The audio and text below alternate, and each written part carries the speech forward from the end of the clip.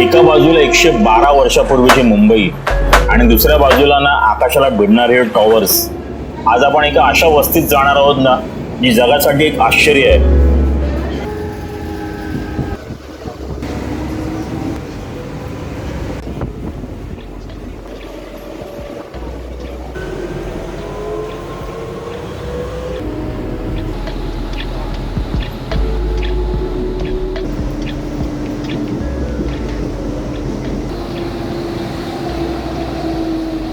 आता लोक आले दादरला,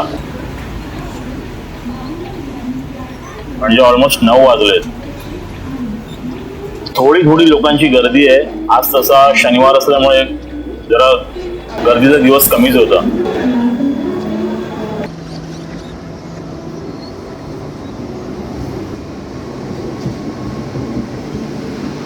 महालक्ष्मी स्टेशनवर आलो ना की आपल्याला खऱ्या मुंबईची ना आणि ऐतिहासिक याची जाणीव होते.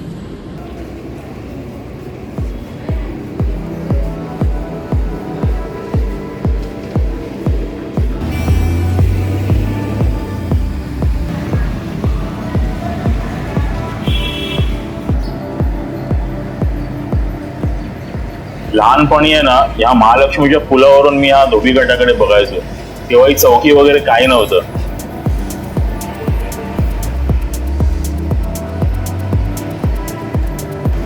आता हे पर्यटकांच्या सोयीसाठी आणि विशेषतः म्हणजे फॉरेनर लोकांसाठी हे शूटिंग करायला किंवा त्यांना फोटो काढायला इथे एक चौकी बनवली आहे, गॅलरी टाईप.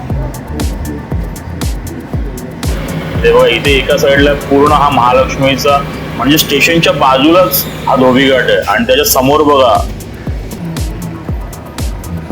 ऑपोजिट साईडला मी तुम्हाला दाखवतो सगळे टॉवर्स आहेत आणि मोठमोठे टॉवर्स आहेत. सगळे म्हणजे रईसजादे गर्भ श्रीमंत अशी लोक आहेत ना ते इथे राहतात ह्या एरियामध्ये.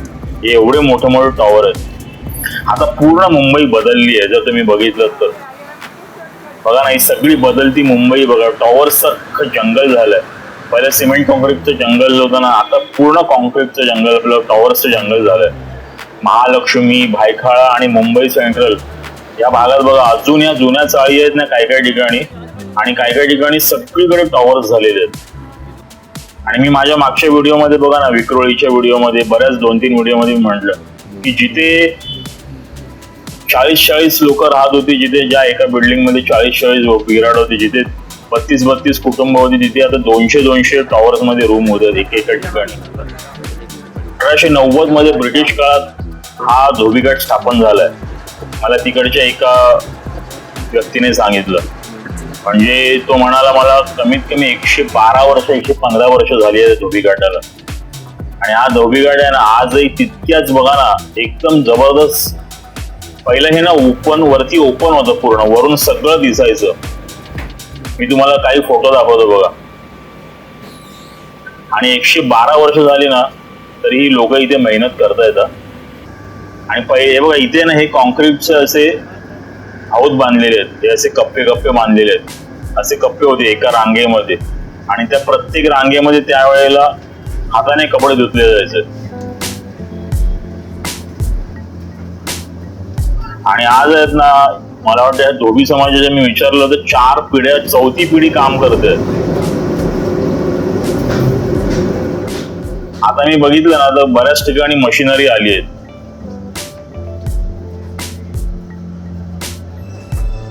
म्हणजे ह्या इंडस्ट्रीयल टाईप मध्ये वॉशिंग मशीन आले तिथे. आपल्या घरी असतात तशा नाही, ह्या वेगळ्या पद्धतीच्या आहेत बघा. मी दाखवतोय तुम्हाला. हा हे दिसतंय तिथे, हे बघा. हा तर ही जी वॉशिंग मशीन आहे ना ही इथे कपडे धुण्याचं हा स्टीलचा ड्रम आहे पूर्ण.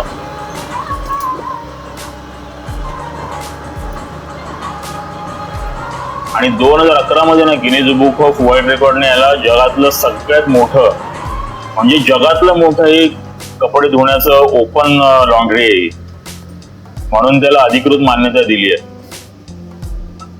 आणि इथे ना फक्त घरगुती कपडे धुतले नाही जात तर मुंबईतल्या नामांकित हॉटेल्स, हॉस्पिटल्स आणि गारमेंट यांचे कपडे धुतले जातात. म्हणजे इथे मला वाटतं आपले जे दफ्तरीवाले असतात ना त्यांचे, गारमेंटचे, परत हॉटेल्सचे, परत हॉस्पिटल्स, मोठमोठे कॉर्पोरेट ऑफिसेस त्यांचे कपडे, काही काही कंपन्यांचे ॲप्रॉन्स वगैरे असतात ते हे सगळं इथे धुतले जातात.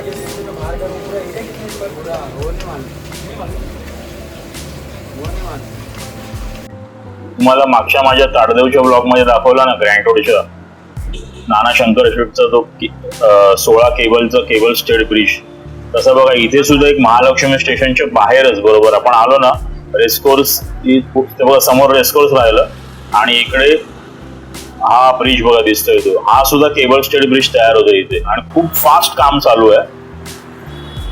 मला वाटतं थोड्या दिवसांनी आहेत ना मुंबईमध्ये फक्त टॉवर आणि फक्त ब्रिज हेच दिसतील.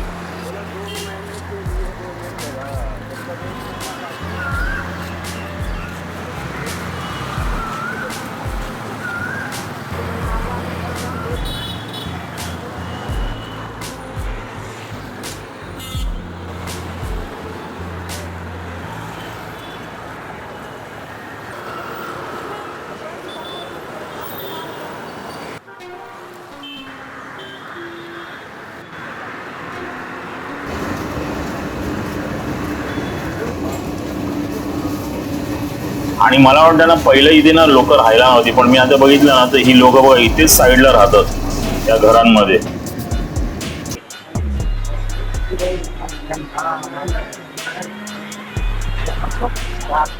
एक ही मिनिट.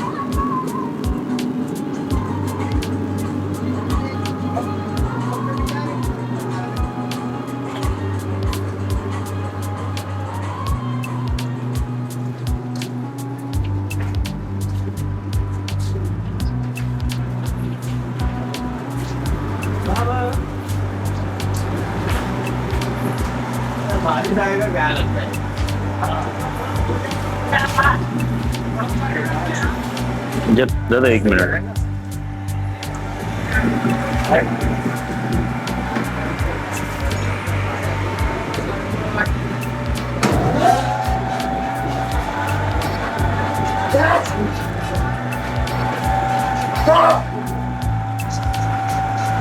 इथे तुम्ही बघाल ना तर हे बघा इथे सगळी त्यांनी आपापली बिराड इथे मांडलेली आहेत, पण या छोट्या छोट्या घरांमध्ये जे राहतात हे महत्व आहे.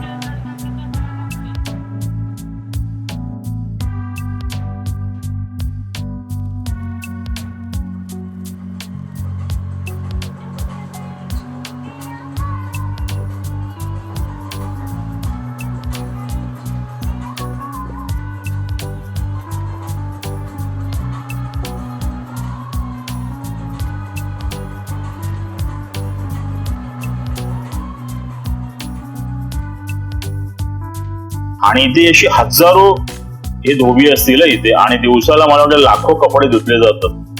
आणि मी विचारलं नाही त्यांना तर मला म्हटलं त्यांनी की सकाळी 5 वाजल्यापासून काम चालू होतं. हे जर कामाचा ओव्हरलोड असेल तर रात्री 10 वाजेपर्यंत काम चालू राहतं. त्याच्यात बघा ना सगळं आहे, म्हणजे कपडे धुवायचे, त्याच्यानंतर ते ड्राय करायचे, त्याच्यानंतर ते इस्त्री करायचे आणि सगळी पूर्ण चेन सिस्टम आहे.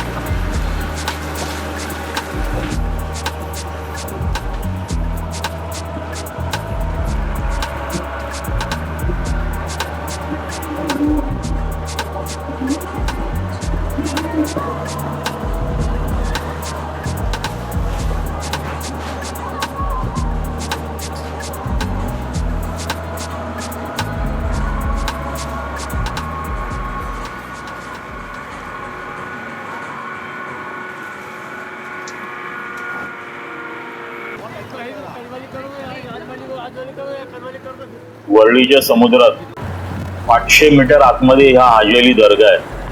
बघा ना किती, आता मी इथे आतमध्ये घुसतोय ना एकदम शांत वाटतंय.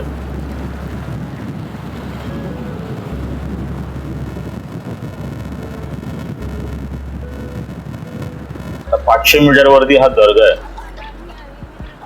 ह्याचं पण एक ऐतिहासिक महत्व आहे.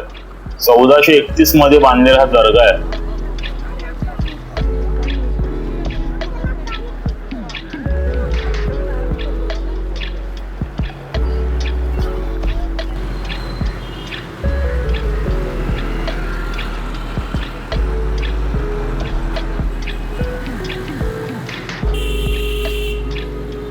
तर आता आलोय बघा आपण या सिग्नल वरती. हा आहे हिरापन्नाचा. समोर हाजी अली दिसतंय.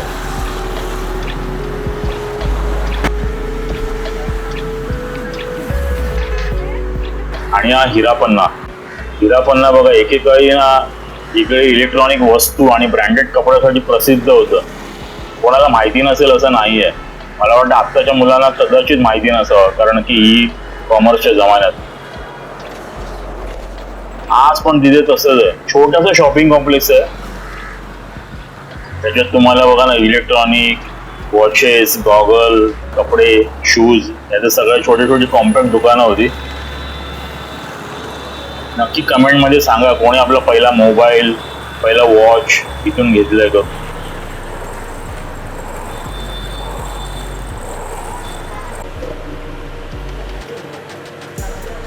आणि मी मगाशी तुम्हाला म्हणालो ना, जगातलं सगळ्यात मोठं ओपन एअर लॉन्ड्री आहे ही. मी तर म्हणेन जगातली सगळ्यात मोठी वॉशिंग मशीन आहे.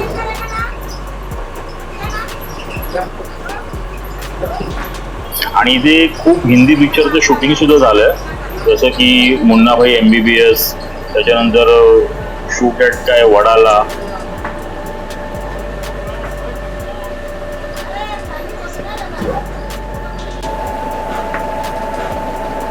आता ना काही काही ठिकाणी बघा तुम्हाला दिसेल इथे मशीन आणि ह्या ड्रायरचा वापर सुरू झालाय.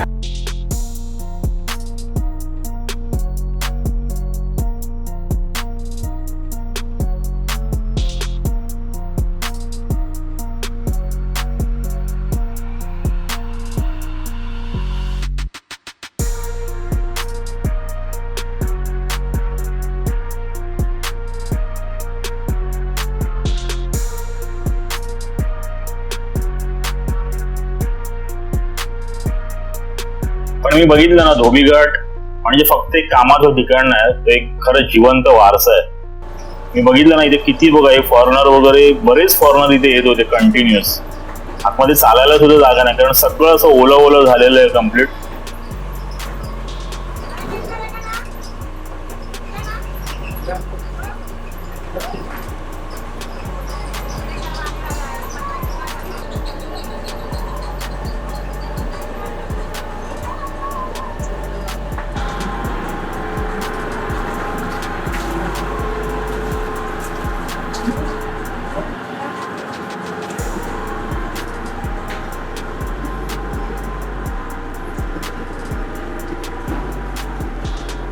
तर असं आता या धोबी घाटाला एक मानाचा मुजरा करून आहे ना मी पुढे निघालो.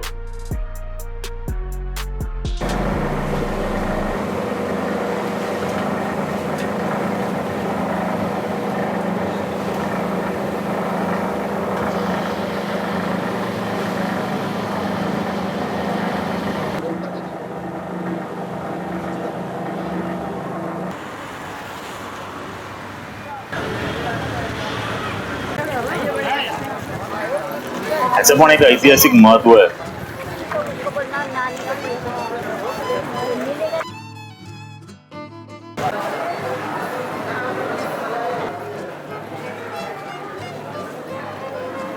(1431) मध्ये ना हा दर्गा बांधलेला आहे. आणि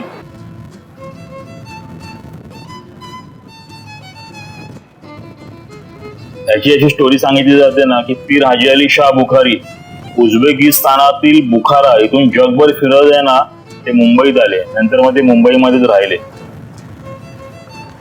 आणि इकडेच त्यांनी त्यांचं बाकीचं आयुष्य हे केलं. तर त्यांच्या स्मरणार्थ हा हाजी अलीचा दर्गा बांधलाय.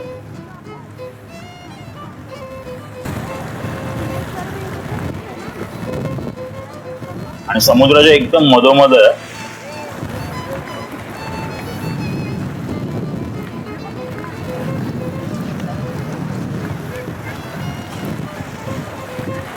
हा दर्गा दक्षिण मुंबईतल्या वरळीच्या किनारपट्टीपासून साधारण 500 मीटर अंतरावर आहे. आता बघा ना, आता भरतीची वेळ झाली, पाणी पूर्ण वर वर वर चढत गेलंय. हे बघा ना, एवढ्या लाटा अशा अक्षरशः अंगावर येत.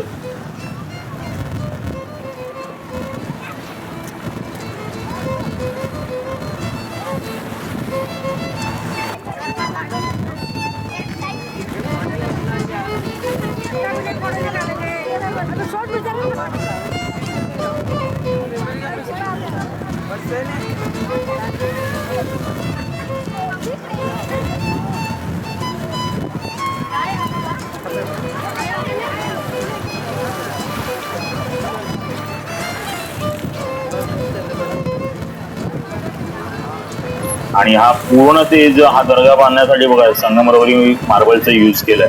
आता आतमध्ये सोडत नाहीत, कारण ते म्हणतात की आतमध्ये शूटिंग करायला अलाव नाही. त्याच्यामुळे मी बाहेरूनच शूट केलं. आणि बरीच गर्दी होती इथे, सुट्टीचा दिवस असल्यामुळे खूप गर्दी होती. आणि बाहेरची पब्लिक येते ना, त्यांना मी म्हटलं ना, फिरण्यासाठी मुंबईमध्ये एक महालक्ष्मी मंदिर, त्याच्यानंतर हा हाजी अलीचा दर्गा, गेटवे ऑफ इंडिया, त्याच्यानंतर मग नाहीतर मरीन लाईन्स, आणि मग सगळ्यात टॉपचं म्हणजे राणीची बाग, इथेच फिरतात.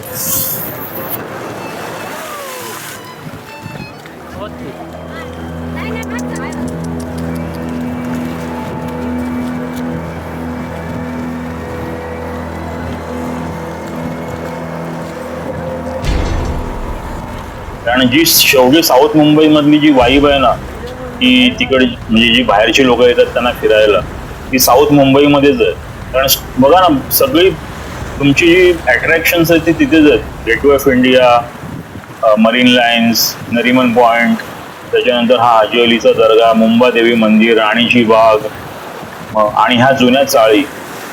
मी तर म्हणेन ना, माझे हे सगळे व्हिडिओ बघून ह्या जुन्या चाळी खरं बघण्यासारख्या आहेत मुंबईमध्ये.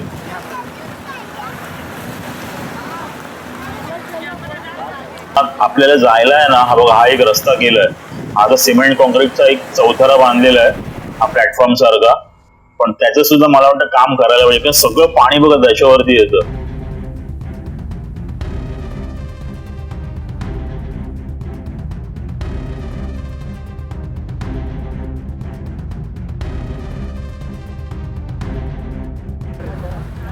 आणि मला वाटतं हाजी अलीला ना फक्त मुस्लिमच नाही, तर हिंदू, शीख, ख्रिश्चन अशी सगळ्या धर्माची लोक येतात इथे.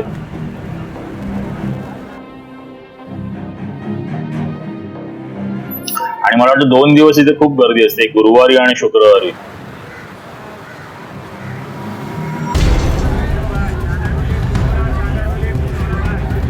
आणि असं म्हणतात ना मुंबईमध्ये, की तुम्हाला जर हाजी अलीला जायचं असेल तर महालक्ष्मीला उतरायला लागतं, आणि जर तुम्हाला मुंबादेवीला जायचं असेल तर मस्जिदला उतरायला लागतं. तर हेच मुंबईचं एक वेगळेपण आहे.